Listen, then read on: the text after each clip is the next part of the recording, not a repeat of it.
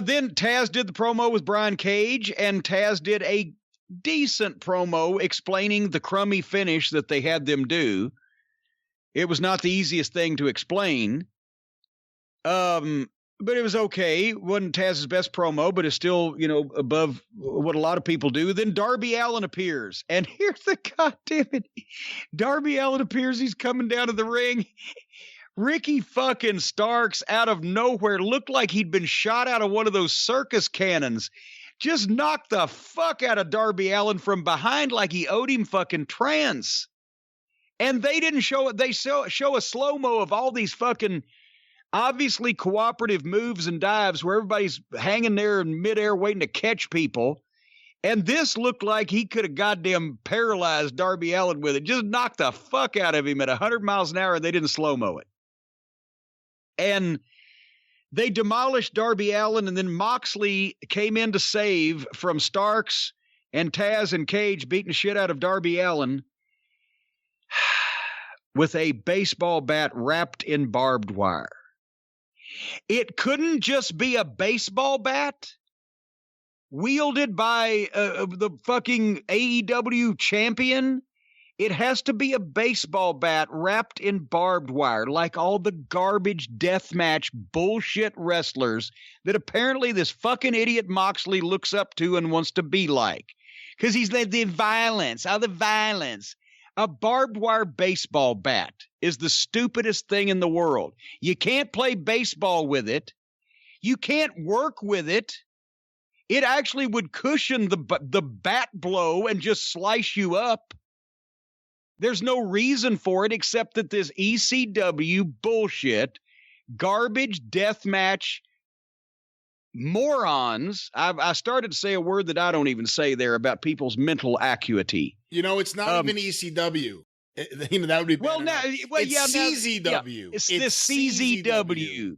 And the fucking Ian Rotten bullshit, and the fucking lowest common denominator people who want to mutilate themselves for no money in front of a bunch of weirdos like the Juggalos and the rest of these fucking people who go to these goddamn deathmatch shows that you wouldn't even want to allow to walk your dog.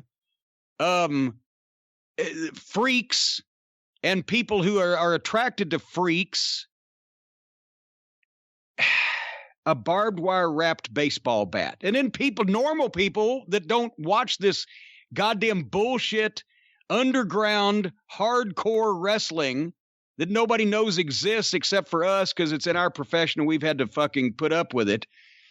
Why would you wrap a baseball bat up in barbed wire? Just hit a motherfucker in the head with a baseball bat. Your problem will be solved. So it's only for the people that want to blade their arms and their stomachs and their scrotums and bleed from every orifice of their body like a bunch of goddamn useless fucking Neanderthal freaks would wrap a bat in barbed wire. I've said enough. Anyway, so they get some heat on a fucking babyface, and then the fucking champion, supposedly the toughest guy in the company, comes in with a baseball bat, and it has to be wrapped in barbed wire to make him look like a garbage wrestler too. I'm about fucking fed up with this Stone Cold Steve Austin cosplay from this fucking guy. I think Moxley does a good promo, and he certainly carries off his personality well, and certainly he's, I think, one of the big movers of the ratings more than anyone else, because he's a star off the WWE TV. Yeah, he's been on the real TV show. But I have not liked anything with him. I have to be honest. I've said it before. His matches do nothing for me. He had that really awful garbage match with Omega, which was the worst Omega match I've ever seen. Yeah, and imagine what kind of territory that takes in. It's always... When you can't have a better match with a guy than an inanimate object did. It's just, like I said before with AEW, and specifically with Moxley, it's just always unnecessary shit. If Moxley just run in there with his fists, it would have meant more than running in there with the baseball bat. Yes. Of course it would, especially if they backed up from him. Well, that's a badass. But if he'd ran in there with the belt, it would have meant more than the... It's just, to me, that stuff's stupid. Let me ask you one question, though. I was unfamiliar with Ricky Starks until the match he had with Cody several weeks back, which apparently led to him getting signed by AEW. Now, were you around this guy in the NWA? Have you ever seen him before? What can you tell me about him? Around him in the NWA, we did 2 days of taping.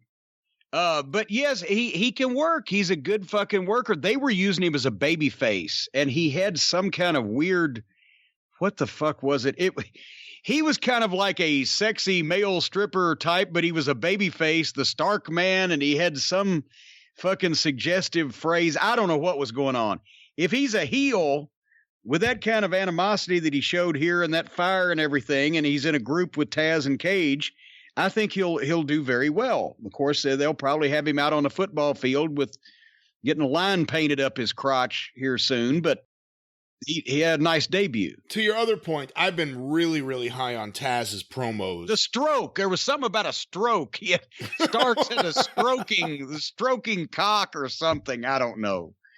Go ahead. I'm sorry. I've been really high on Taz and his promos. I thought he's just done a great job in AEW. He was put in an unfortunate position because he has to explain things. What did you think about the idea that he had to say, Brian Cage wanted to fire me during the last week after last week's match? I mean, they just got together, like a month ago? Well, yeah, he may have even come up with that on his own, Taz may have, just to explain why that this fucking huge beast would not have turned on a guy that cost him an opportunity. Like, it was a bad finish, and he was trying to explain it to make Brian Cage look less fucking wimpy, and did the best job of that was possible, which was not very good, but nobody else could have done any better. So it's not like it was anything bad on Taz. It was a stupid finish to do, and they shouldn't have done it.